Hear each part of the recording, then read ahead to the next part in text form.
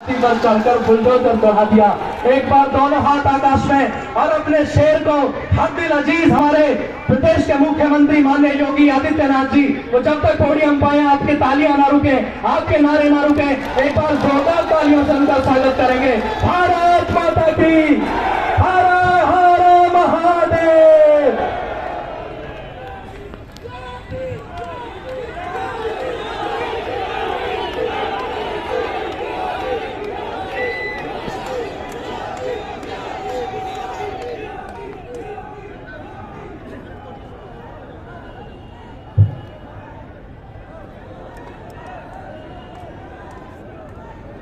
आज के इस की वोटर संवाद कार्यक्रम में मंच पर उपस्थित भारत सरकार के मंत्री,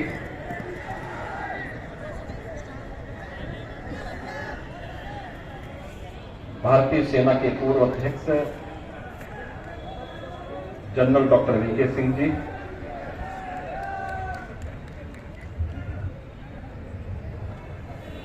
राज्यसभा के माननीय सांसद श्री अनिल अग्रवाल जी, भारतीय जनता पार्टी के जिला के अध्यक्ष उमेश राणा जी, जिला प्रभारी मान सिंह गोस्वामी जी, जिला पंचायत अध्यक्ष श्रीमती रेखा नागर जी,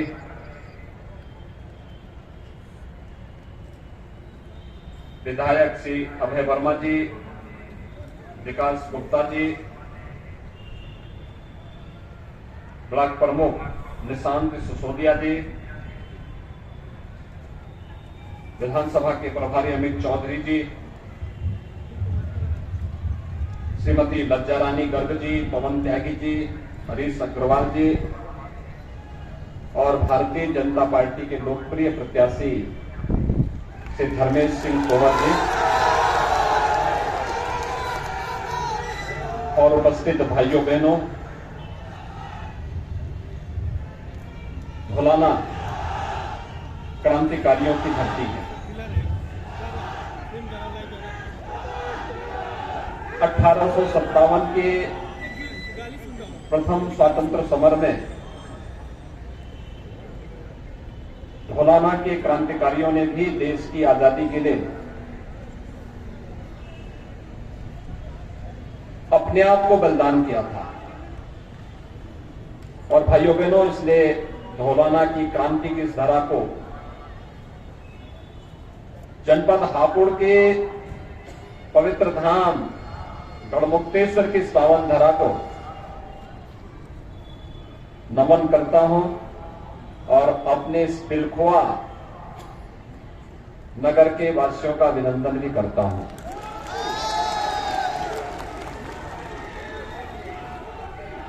पिलखुआ नगर से स्वर्गीय शिव कुमार गोयल जी का गोरखपीठ से बहुत पुराना संबंध रहा है।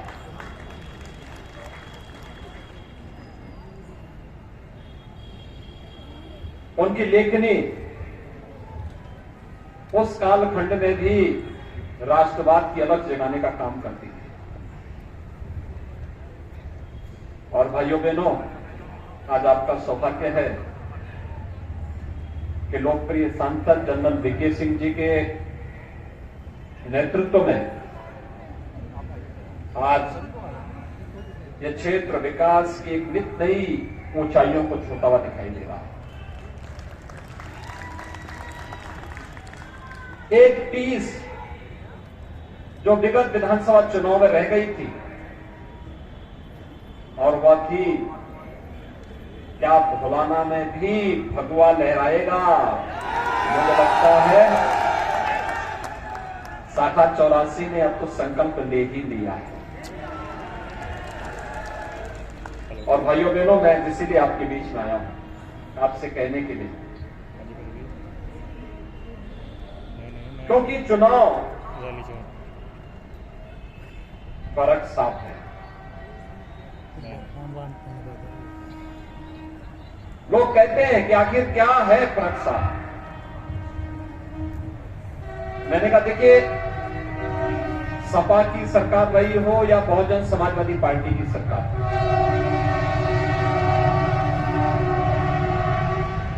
उनकी सोच परिवारवादी थी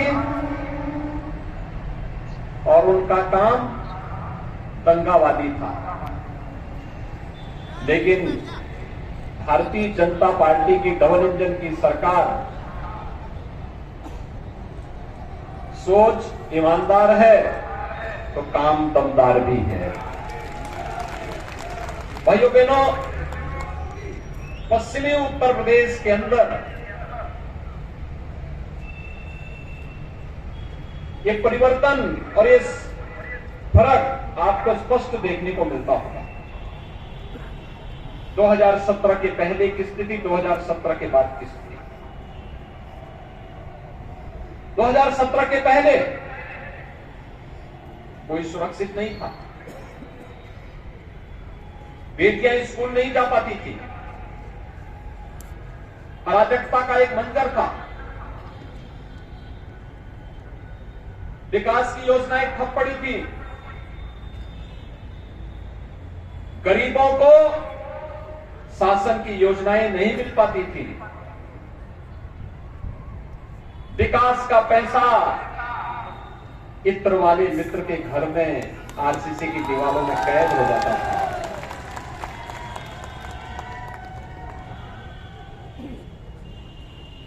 हर तीसरे दिन दंगा होता था। मुजफ्फरनगर का दंगा, बुलंदशहर का उपद्रव, सहारनपुर का दंगा, बरेली, मुरादाबाद, रामपुर और कौन कौन कस्बे थे, कौन कौन नगर थे जहां दंगे नहीं होते थे। मुख्यमंत्री के सिर के नीचे लखनऊ में दंगे होते थे, लेकिन दंगाइयों के खिलाफ कार्रवाई नहीं होती थी। उन दंगाइयों के खिलाफ सपा की सरकार रही हो या बसपा की सरकार, उनकी संवेदना दिखती थी कि इनकी संवेदना उन दंगाइयों के प्रति है, दंगा पीड़ितों के प्रति नहीं। और मुजफ्फरनगर तो कौन नहीं जानता। सचिन और गौरव की हत्या इसलिए हो गई क्योंकि वे लोग अपनी बहन की रक्षा करने के लिए पूछने के लिए गए थे कि भाई मेरी बहन स्कूल जाती है, क्यों उनको छेड़ते हो, क्यों परेशान करते हो। यही तो पूछा था उन नौजवानों ने, हत्या कर दी गई। कोई भी भाई अपनी बहन की रक्षा करने के लिए उस रक्षा सूत्र को, जो रक्षा बंधन के अवसर पर बहन बांधती अपने भाई की कलाई पर, उसका दायित्व तो बनता है वो इसके बारे में पूछे। लेकिन सत्ता के संरक्षण में पलने वाले गुंडों ने सचिन और गौरव की किस निर्ममता के साथ हत्या की थी, इसको कौन भूल सकता है। आज जो फिर से दो लड़कों की जोड़ी जो आ रही है ना, ये दंगा कराने की साजिश के लिए आई है। ये इत्र वाले मित्र की मित्रता को और प्रगाढ़ करने के लिए आए हैं। विकास कर से, विकास से इनका कोई लेना देना नहीं, लोक कल्याण से इनका कोई मतलब नहीं, गरीब कल्याण से इनका कोई लेना देना नहीं। इनके लिए तो इनके परिवार का विकास ही प्रदेश का विकास हो गया। और जब हमारी बात करते हैं तो हमारे लिए प्रदेश की 25 करोड़ जनता के चेहरे पर खुशहाली ही हमारी खुशहाली है। ये 25 करोड़ जनता ही तो हमारा परिवार है। और इसलिए भाइयों बहनों, मैं आपसे कहने के लिए आया हूं, 5 वर्ष तक भारतीय जनता पार्टी की डबल इंजन की सरकार ने बिना रुके, बिना थके, बिना झुके और बिना डगे राष्ट्रवाद, विकास और सुशासन के मुद्दे पर कार्य किया। बिना रुके और बिना डिगे और बिना झुके अनवरत यात्रा चलती रही। पहली बार आपने देखा होगा दंगाइयों के पोस्टर भी चौराहे पर लगते हुए देखे, उससे वसूली होते हुए भी देखा होगा। और दंगाइयों को और पेशेवर अपराधियों को अपने गले में तख्ती लटका करके चलते हुए भी देखा होगा कि कैसे बकस दो एक बार बस। ये जो अभी चुनाव की घोषणा के बाद फिर अपने बिलों से निकल करके बिल बिला रहे हैं ना, ये गर्मी 10 मार्च के बाद फिर 24 घंटे के बाद शांत हो जाएगी।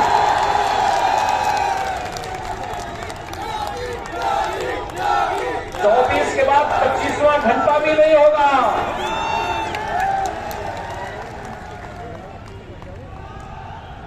और इसलिए भाइयों बहनों, मैं आपके बीच आया हूं आपसे कहने के लिए,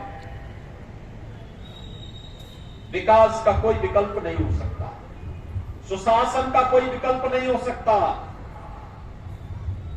जो समस्या पैदा करे वह सरकार नहीं हो सकती। सरकार तो समाधान होती है, समाधान। हर समस्या का समाधान जो दे वही सरकार है।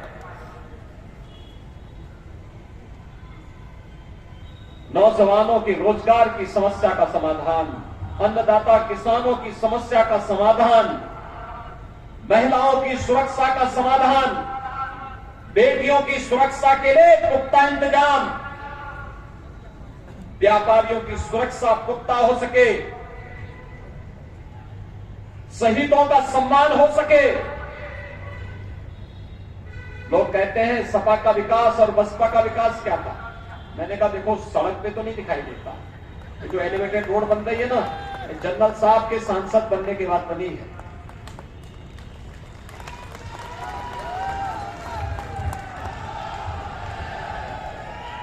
आखिर सपा बसपा की सरकार तो अंधेरा देती थी, बिजली नहीं थी,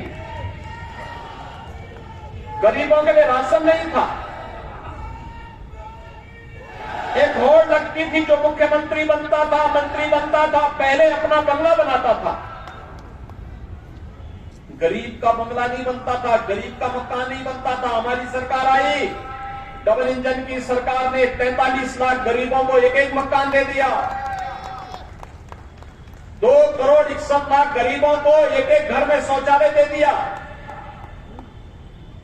1 करोड़ वृद्धजनों को, विधवा महिलाओं को, दिव्यांग जनों को 12,000 रुपए सालाना पेंशन की सुविधा दे दी। 9 करोड़ गरीबों को 5 लाख रुपए का स्वास्थ्य बीमा का कवर दे दिया और 15 करोड़ लोगों को कोरोना है, डबल इंजन की सरकार है, डबल डोज राशन का भी उपलब्ध करवाने का कार्य भारतीय जनता पार्टी की सरकार कर रही है। ये पैसा पहले कहां जाता था? ये पैसा पहले कहां जाता था? विकास का ये पैसा कहां जाता था? विकास उनका एजेंडे में है ही नहीं। उनका विकास का पैसा लूट करके और उसको फिर वे जमा करते थे इत्र वाले मित्र के यहां। जब जेसीबी चली थी तो आपने देखा होगा कैसे नोट की गड्डियां और पहाड़ निकल रहे हैं। मां लक्ष्मी भी पहुंचती होगी इन लोगों को कि कहां मेरा काम लोक कल्याण का था, मुझे आरसीसी की दीवारों में कैद करके रख दिया। लेकिन जब जेसीबी चली तो मां लक्ष्मी भी बहुत प्रफुल्लित होकर के आगे बढ़ी कि अब कल्याण का मार्ग प्रशस्त होगा। भाइयों बहनों, इनकी संवेदना गरीब के लिए नहीं है, किसान के लिए नहीं है, नौजवान के लिए भी नहीं है और बेटियों की सुरक्षा के लिए भी नहीं है। इनकी संवेदना तो पेशेवर माफिया और अपराधियों की प्रति है। आपने देखा होगा कोरोना कालखंड में सपा बसपा कांग्रेस का कोई नेता नहीं आया होगा। आपके लिए जनरल साहब आए होंगे, भाजपा के पदाधिकारी आए होंगे, धर्मेश जी आए होंगे, अनिल जी आए होंगे, इसके अलावा कोई अन्य आपके बीच नहीं आया होगा उस समय। ये सभी नेता होम आइसोलेशन में थे। तो इस समय जब आए तो उनको यही बोलने की आवश्यकता है। आपने जिन्हें पिछली बार विधायक बनाया था वे दल बदल कर रहे थे, भाग रहे थे इस बार से उस बार, उस बार से इस बार। पिछली बार वो यही कर रहे थे और आगे भी उनको यही करना है। वे अभी से फिर से अपना रास्ता बना रहे हैं। लेकिन मैं तो पहले ही बोल चुका हूं, जो दंगा के मंसूबे के साथ इस समय अपना सिर उठाने का प्रयास कर रहे हैं। 5 वर्ष तक ये सभी लोग बिलों में घुसे थे, दुबके हुए थे। जो थोड़े बहुत कभी सब्जी के लिए निकलता था, पुलिस पकड़ती थी, अगले दिन गले में तख्ती लगा करके आता था कि साहब बकस दो, बस सब्जी बेच करके अपना परिवार का भरण पोषण कर लेंगे। आप 10 मार्च के बाद देखना है, इनके गले में फिर वही तख्ती लटकती हुई दिखाई देगी। और फिर एक गर्मी जो अभी किराना में और मुजफ्फरनगर में कुछ जगह दिखाई दे रही है ना, ये सब शांत हो जाएगी। क्योंकि गर्मी कैसे शांत होगी, ये तो मैं मई और जून में भी इसको बहुत शिमला बना देता हूं। और इसलिए भाइयों बहनों, आज आपके बीच में मैं अपील करने के लिए आया हूं। एक 12 लेन का हाईवे मेरठ और दिल्ली के बीच जोड़ने का यह हाईवे, ये डबल इंजन की सरकार दे रही है। और यही नहीं, हापुड़ के वासियों को हापुड़ का पापड़ अगर हमें कभी प्रयागराज में बेचना हो तो मात्र 6 घंटे में इस दूरी को तय करने के लिए गंगा एक्सप्रेस जो बना रहे हैं हम लोग। सुबह निकले यहां से 6 बजे, यहां से निकले, मध्याह्न में 12 बजे प्रयागराज संगम में स्नान किया और फिर वहां से 2 बजे चले, रात्रि को 8 बजे अपने घर में हापुड़ में। ये डबल इंजन की सरकार का लाभ है। ओलंपिक में भी हमारे युवा पदक प्राप्त करेंगे। स्पोर्ट्स यूनिवर्सिटी यही मेरठ पे हम लोग दे रहे हैं। सपा बसपा की सरकार में तमंचे की फैक्ट्री लगती थी और हम लोग डिफेंस कॉरिडोर दे रहे हैं। डिफेंस कॉरिडोर, यहां जो तोप बनेगी और यहां का नौजवान जब उस तोप के ऊपर चढ़ करके पाकिस्तान की सीमा में उसको दहाड़ेगा और दुश्मन का काम तमाम हो जाएगा। भाइयों बहनों, सोच देख सकते हैं और उसी सोच को देने के लिए आज एक बार फिर मैं आपके पास आया हूं, आप सबसे अपील करने के लिए। कोरोना में हो सकता है चुनाव आयोग बड़ी रैली करने की अनुमति न दे। अपार उत्साह है। आज मैं प्रातःकाल बुलंदशहर में था, अलग अलग विधानसभा क्षेत्रों में था। क्या उत्साह है, क्या उमंग है। जनता चुनाव लड़ रही है। जब जनता आगे हो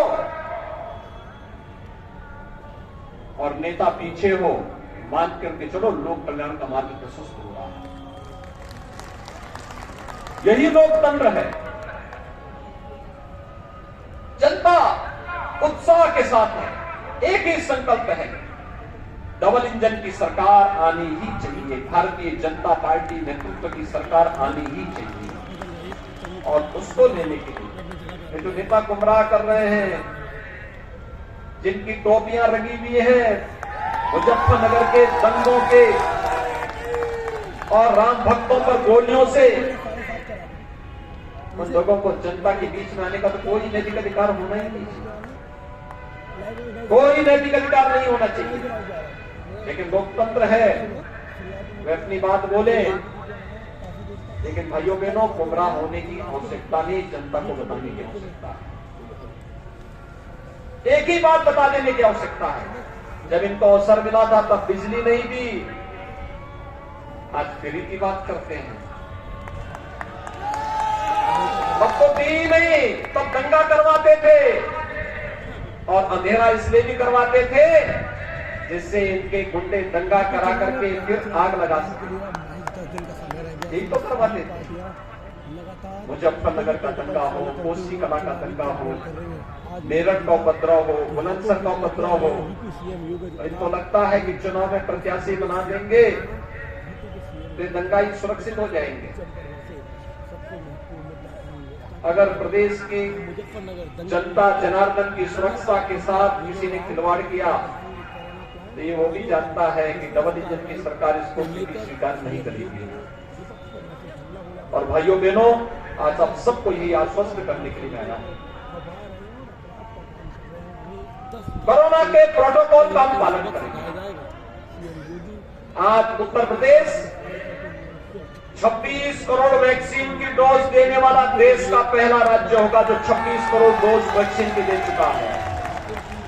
तो वैक्सीन कोरोना का कवच है। कितने लोगों ने वैक्सीन ली है? ये फ्री वैक्सीन, सबको वैक्सीन है। कोरोना का सबसे बेहतर बचाव। जिन लोगों ने नहीं ली है, अगले 2 दिन के अंदर वे वैक्सीन जरूर लेंगे। ये फ्री है, सबके लिए है। वैक्सीन के बारे में जो बोलते थे ये वैक्सीन बीजेपी की वैक्सीन है, ये मोदी वैक्सीन है, उनसे बोलना चाहिए कि उत्तर प्रदेश में 99% से अधिक लोगों ने वैक्सीन ले ली है। मान के चलिए कि ये बीजेपी वादी हो गए हैं 99% से अधिक लोग, यानी उनके जीवन के साथ ये लोग खिलवाड़ कर रहे थे। और किस नैतिकता के साथ आज उनके सामने आते हैं, जनता जनार्दन के पास आते हैं। और इसीलिए मेरी आप सबसे अपील है कि भाइयों बहनों, इन्होंने वैक्सीन के मामले में गुमराह करने का प्रयास किया, इन्होंने खाद्यान्न के मामले में गरीबों का अन्न हड़पने का काम किया। इन लोगों के समय में किसान प्रताड़ित था, नौजवान परेशान था, नौजवानों के लिए नौकरी निकलती थी, चाचा भतीजा वसूली के लिए निकल पड़ते थे। लेकिन अब तो नौकरी निकलती है, पूरी पारदर्शी तरीके के साथ यूपी के नौजवानों को नौकरी मिलती है। पुलिस की भर्ती, सेना की भर्ती, किसी भी भर्ती में उत्तर प्रदेश का नौजवान अग्रणी भूमिका के साथ आगे आता है। ये जो क्रम है यह निरंतर आगे चल पड़ता रहे, चलता रहे। इस संकल्प के लिए आज हम सब आपके बीच आए हैं।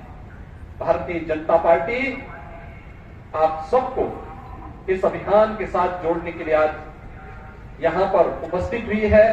मेरी आप सबसे अपील होगी, भारतीय जनता पार्टी ने श्री धर्मेंद्र सिंह तोमर जी को अपना प्रत्याशी बनाया। वे युवा है, जुझारू है, आपके व्यापक समर्थन को प्राप्त करने की क्षमता रखते हैं और जनरल साहब के सानिध्य में विकास और सुरक्षा का सामर्थ्य भी रखते हैं। आप सभी लोग धर्मेंद्र तोमर के पक्ष में समर्थन देने के लिए संकल्पित हैं। सभी लोग दोनों हाथ खड़ा करके मुझे बताइए, दोनों हाथ मुट्ठी बंद करके बोलिए, दोनों हाथ लगा करके बोलेंगे भारत माता की, भारत माता की, भारत माता की।